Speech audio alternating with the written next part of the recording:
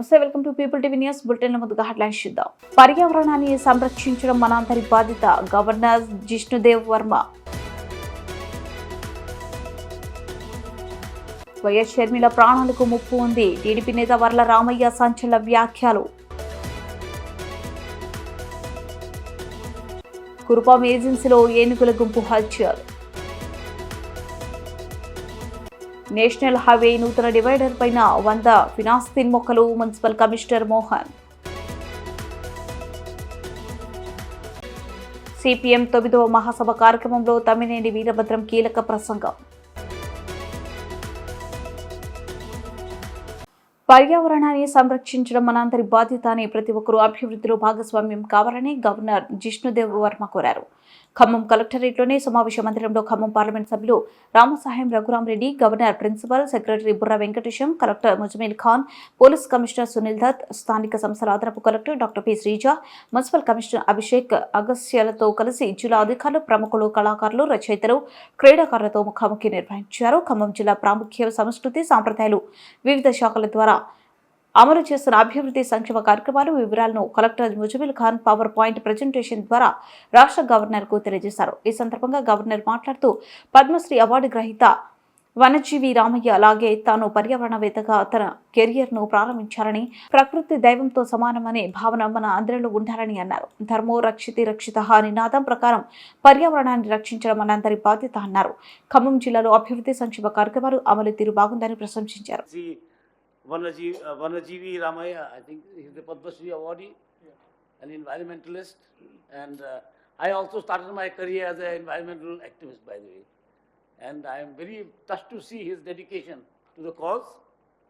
We say, there's a tourism slogan in India,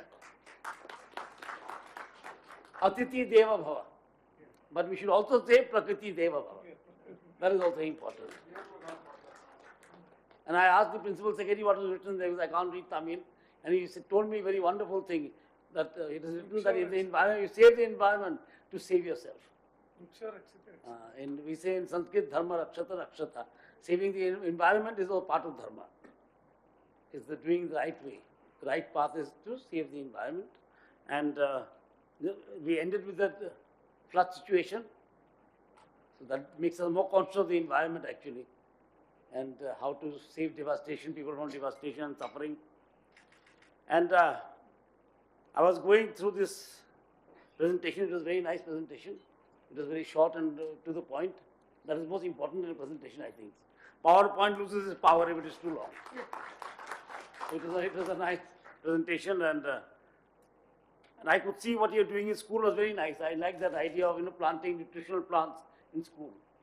The other district I went to, Kothagudam, where he was doing these medicinal plants in schools. I think you should replicate you, and you should replicate him also. That will be a nice idea actually, to have medicinal plants in schools, because it teaches the children that the plants are also lifesavers. We think plants are something decorative, something to eat, but then plants are also lifesavers. The medicinal plants, from young age you'll understand, and it is also a part of our Indian culture. We have always, worshipped various plants, like tulsi, or the bale plant, wooden apple plant, many other plants, Ashoka plant, the Arjuna plant. We have worshipped many because they are lifesavers. They enrich life, they give life. So we have also, that should be inculcated in the children when they are in school. That is very important. And the nutrition garden, that is also a wonderful idea, because schools do have compounds, very large compounds, and that should be. And this district interaction of mine, I have gone to 4 other districts, and one today I think in the morning. So there will be a learning process for me. The district collectors are young people with young mind, and it's good to learn from young people what this generation thinks. It's so imposing our own ideas. It's good to listen, to learn, and maybe we could add a few points to it, that's all. The future belongs to the young, after all. India is a young country, a young nation, very old civilization. And it's good to learn from these, and I wish I could interact with you all, because, and I think this is a very nice way of doing, district interactions. One side we have the district officials, the other side we have the eminent persons who also, touch so many lives in so many ways, environmentalists, sports persons, writers, poets, artists, they also influence people. They are influencers. They are people who touch people's lives and make opinions. They are opinion makers. And I'm glad that you all have come today. You could see what is happening in your district. I told the other DMOs, I'm telling this is probably the first time that they have been seeing what is happening in your district. Your DM is telling you your district is on the way to progress. And it is a very nice district, and especially the tourism potential is very high. The stupa that we are talking about, I didn't know it existed here, such a big stupa. We only talk of Sarnath and Sachi and things like that. So if that could be developed and put in the Buddhist circuit, I'm sure you'll make a big difference in the Khammam. That could be developed and put in the Buddhist circuit. And it's a very big circuit. The Buddhist circuit in India is a very big circuit, and many people come to visit it. Sarnath, Banaras or Kashi is crowded because of Buddhist tourists. We only see the Hindu tourists, but a lot of Buddhist tourists come to Sarnath. Sachi also. Yes. So this could be one of the centers. If they properly done a walk-in museum and proper lighting, sound and light, and things like that, I'm sure it will come up. And it's not very far from Hyderabad. People would like to visit it. And from the morning, I've seen these educational tools that are being made. Very cleverly designed and very nicely designed for children. That's what the new education policy talks about actually. Experiential learning. To learn through experience. And young minds are very impressionable minds. And these small implements or tools that we make for learning or teaching are very nice. And I'm sure they'll be better than textbooks. Because you can touch, you can feel, you can see the colors, you can exchange ideas. These are very nice. And I'm seeing the first time actually in Telangana. In Tripura we don't have it as yet. And I must show it to them. It's very nice. I think Tripura should replicate it. That's a very nice way of teaching children. The 2 and 2 is 4. Instead of mugging it up, you do it in beads. What are the parts of your face? They've drawn it and there's a hand pointing to it. So these are very nice things to do, and small things, but great for education. It doesn't cost very much of money. It's just that it takes a little pain to do it, and some time and some effort and some dedication. And without that, you can't have development, by the way. The money doesn't bring dedication. The money can't bring you time. You have to give time, you have to be dedicated, and fund is required. There's no question that without fund, you can't have development. But only with fund, development is not ensured. If anyone thinks that the funds will pour in and I'll develop without devotion, without commitment, without vision, that is again wrong. Without a vision, you cannot have a development. It's not possible. It's a vision, a little bit of dedication, and a little bit of your time. That gives development. Funds are required as a backup. Without funds, you can't have. For everything, you require funds.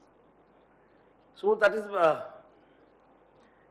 very nice to see that the schools are doing so much here, and the student ratio is good, 19:1. If I'm not mistaken, the national average should be 40:1 or 36:1, whatever it is.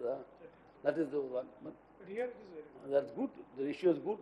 The student teacher ratio is very good, and education will improve if you put in the right efforts and all these innovative ideas. So times are changing. We have to change with the times. The government, what happens everywhere in the government is stuck in a time warp. Then the problem starts. We are always looking for what? Precedents and conventions to play safe. Sometimes a little bit of unsafe is not bad. It brings a little, masala to life. So these are good things that young people are doing, and I appreciate them. And you are blessed with archaeological sites also. A lovely temple, that also needs to be developed. Lovely port, step well. So Khammam has got everything. It's just that due to the recent floods, you all have suffered a big loss. But it is, I must thank the district administration and appreciate their effort that you have jumped back so early.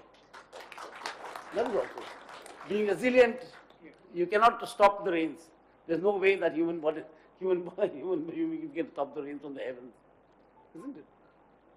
But to jump back from adversity shows the efficiency and dedication of the district administration. If it takes months and months, and I like the initiative that the district collector has taken, that people lose the documents in floods. And without documents, life has become very, difficult. With the Aadhaar card and PAN card and this card, PRC card and that card, so many cards now. So he has made that effort to give it to quickly in a mela type of thing is very good.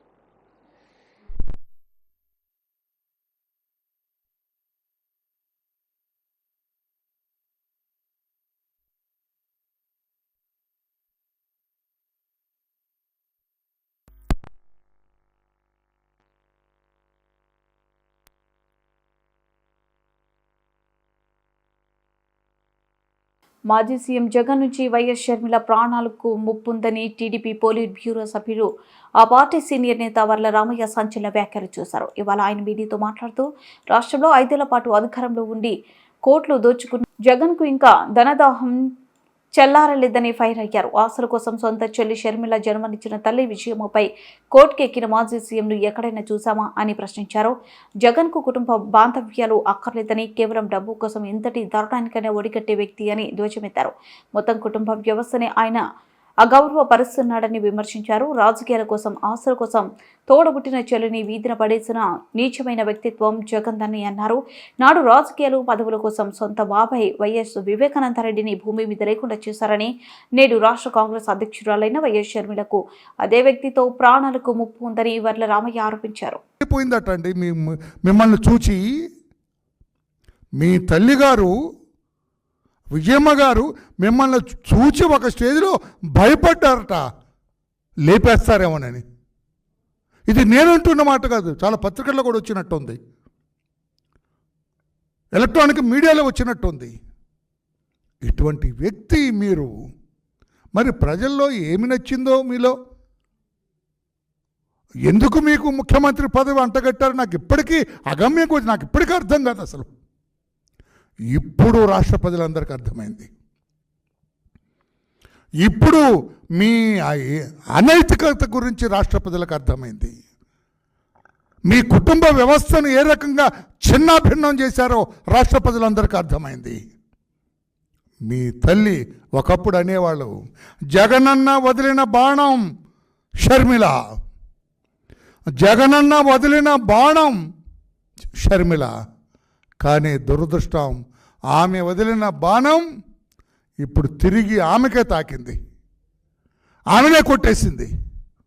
ఏమిటి 2-3 రోజుల నుంచి లేఖపై లేఖ, ఉత్తరంపై ఉత్తరం, ప్రశ్నలు సమాధానాలు చూస్తూ ఉంటే బాహ్య ప్రపంచం అంతా కూడా ఈసడించుకుంటుంది. ఏమిటి ఈ జగన్మోహన్ రెడ్డి అని, ఈ ఆస్తుల పంపకం గురించి వీళ్ళు పడుతున్న అగచాట్లు, జగన్మోహన్ రెడ్డి గారు తొక్కుతున్న అడ్డదారులు, ఆయన అనైతిక ప్రవర్తన, ఆ తల్లిని చెల్లిని ఆయన ఇబ్బంది పడుతున్న తీరు, ఇవన్నీ కూడా చాలా జుగుప్సాకరంగా ఉన్నాయని చెప్పి కూడా నేను తెలియజేస్తున్నా. ఇన్ని వేల కోట్ల మా వాడు చెబుతూ ఉన్నాడు ఈ రోజున, దోపిడీ ఆస్తుల పంపకంలో దుష్ట సాంప్రదాయానికి తెరతీసిన జగన్. ఆలోచించాలి రాష్ట్ర ప్రజలందరూ కూడా. దోపిడీ ఆస్తుల పంపకంలో తన సొంత ఆస్తులు కాదు, తన కష్టార్జితమైన ఆస్తులు కాదు, చెమటోడ్చి సంపాదించిన ఆస్తులు కాదు, ఉద్యోగం చేసి సంపాదించిన ఆస్తులు కాదు, కూలీ పని చేసి లేకుంటే ఏమన్నా ఫ్యాక్టరీలో పనిచేసి సంపాదించిన ఆస్తులు కావు, దోపిడీ ఆస్తుల. పార్వతీపురం మాన్యం జిల్లా కురుపా మండలం గిరిశిఖర ప్రాంతమైన తిత్తిరి పంచాయతీలో రహదారిపై గజరాజుల గుంపు హల్చల్ చేయడంతో స్థానికులు భయాందోళన చెందుతున్నారు. పరిసర గ్రామాల ప్రజలు మాట్లాడుతూ వరి, గంటి, సోలు, సామలు మొదలైన పంటలు పాడు చేస్తాయని, చేతికొచ్చిన పంటలను నాశనం చేయడంతో ఏం చేయాలో అర్థం కావట్లేదని, పొలాలకు వెళ్లాలంటే భయమేస్తుందని, అలాగే ఏ సమయంలో గ్రామాలపై దాడి చేస్తాయో ప్రాణాలు అరచేతులు పెట్టుకుని ఉంటున్నామని వాపుతున్నారు. ఇప్పటికైనా ప్రభుత్వం అధికారులు స్పందించి ఇలాంటి ప్రాణ నష్టం జరగకముందే ఏనుగులను సమీప అటవీ ప్రాంతంలోకి తరలించే చర్యలు చేపట్టాలని కోరుతున్నారు.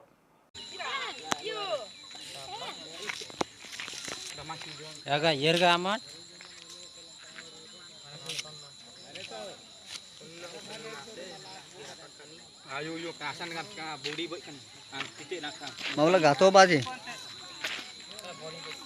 Garang kali dah mungkin ay boy. Entahlah tu beji. Lari baka time nak dudel dengan.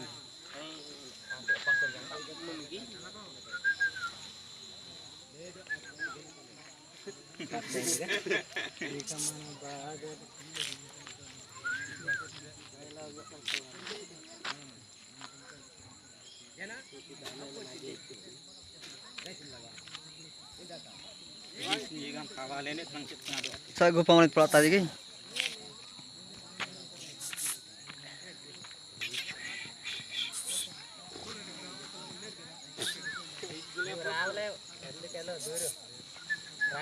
Nelpora boka. Nelpo.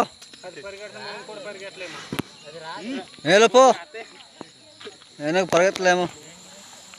Telangana రాష్ట్ర ప్రభుత్వం చేపట్టిన వన మహోత్సవ కార్యక్రమంలో భాగంగా ఈ రోజు మున్సిపల్ చైర్మన్ రాణవేణి సుజాత సత్యనారాయణ ఆదేశాలతో municipal vice chairman Chandrasekhararao, municipal commissioner Mohan కలిసి నేషనల్ హైవే డివైడర్ పైన ఫినాస్తిన్ 100 మొక్కలు నాటారు. అనంతరం కమిషనర్ మాట్లాడుతూ నేషనల్ హైవే నూతన డివైడర్ పైన 100 ఫినాస్తిన్ మొక్కలు నర్సరీ నుండి తెప్పించి నాటడం జరిగిందని, ఈ డివైడర్ మధ్యలో పూల మొక్కలు ఏర్పాటు చేస్తామని తెలిపారు. ప్రతి ఒక్కరూ ప్రతి ఇంటి వద్ద ఖాళీగా ఉన్న స్థలంలో మొక్కలు నాటాలని, మొక్కలను కాపాడించు అవి మనకు ఆక్సిజన్ ఇస్తాయని తెలిపారు. ఈ కార్యక్రమంలో 4వ, 6వ ward councillor Angadi Purushottam, Bangaru Kalakishore, DE Nageswara Rao, environment engineer Vishnu, Mujeeb, Vijay, Nizam, Ashok, Naresh, municipal సిబ్బంది పాల్గొన్నారు.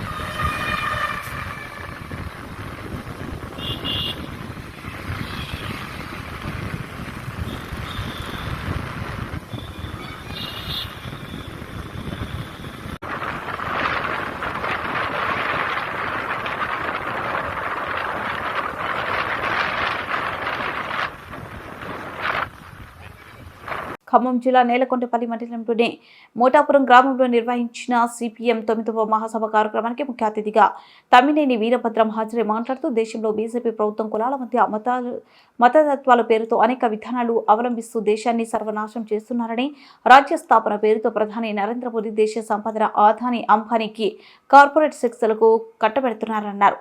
ఈ కార్యక్రమంలో నేలకొండపల్లి మండల సిపిఎం పార్టీ ముఖ్య నాయకులు రచ్చ నరసింహ, మురళి, ఏటుకూరి రామారావు, గ్రామ నాయకులు పాల్గొన్నారు.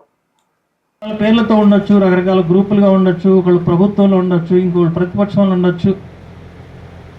ఆయా దేశాల్లో, రాష్ట్రాల్లో ఉన్న పార్టీ పరిస్థితి ఎలాంటిదైనప్పటికీ కమ్యూనిస్ట్ సిద్ధాంతం మాత్రం ఒకటే పునాదిలోంచి వచ్చింది. అదేంటంటే మార్క్సిజం లెనినిజం. ఆ మార్క్సిజం లెనినిజం చెప్పేది అందరూ అంగీకరిస్తారు. అట్లా అంగీకరించిన వాడే కమ్యూనిస్ట్. అది సిపిఐ అయినా, సిపిఎం అయినా, ఎంఎల్ గ్రూపులైనా, ఏ పార్టీ అయినా, ఎర్ర జెండా పట్టినవాడు ప్రతి ఒక్కడు ఆ మార్క్సిజం లెనినిజాన్ని అంగీకరించాల్సిందే. అంగీకరించిన వాడే కమ్యూనిస్ట్ అని పడతాడు. ఆ మార్క్సిజం లెనినిజం ఏం చెప్పింది? దోపిడీ ఉన్నంతకాలం, పీడన ఉన్నంతకాలం, అంటే ఆర్థికంగా జనాన్ని దోపిడీ చేసి ధనికులు, పెట్టుబడిదారులు, భూస్వాములు మరింత బలపడుతూ కాయ కష్టం చేసే పేదవాళ్ళని దోచుకున్నంతకాలం, అట్లాగే పీడన ఉన్నంతకాలం అంటే అగ్రకులాలు, అగ్రవర్ణాలు, లేక ఆధిపత్య జాతులు ఒక దేశం మీద ఒక దేశమో, ఒక ప్రాంతం మీద ఇంకొక ప్రాంతమో, లేదు ఆడవాళ్ళ మీద మగవాళ్ళు, తక్కువ కులం అనే పేరుతోటి పెద్ద కులం వాళ్ళు చేసే ఆ పీడన, ఆధిపత్యం, ఇట్లాంటి ఉన్నంతకాలం కమ్యూనిస్ట్ సిద్ధాంతం సజీవంగానే ఉంటుంది.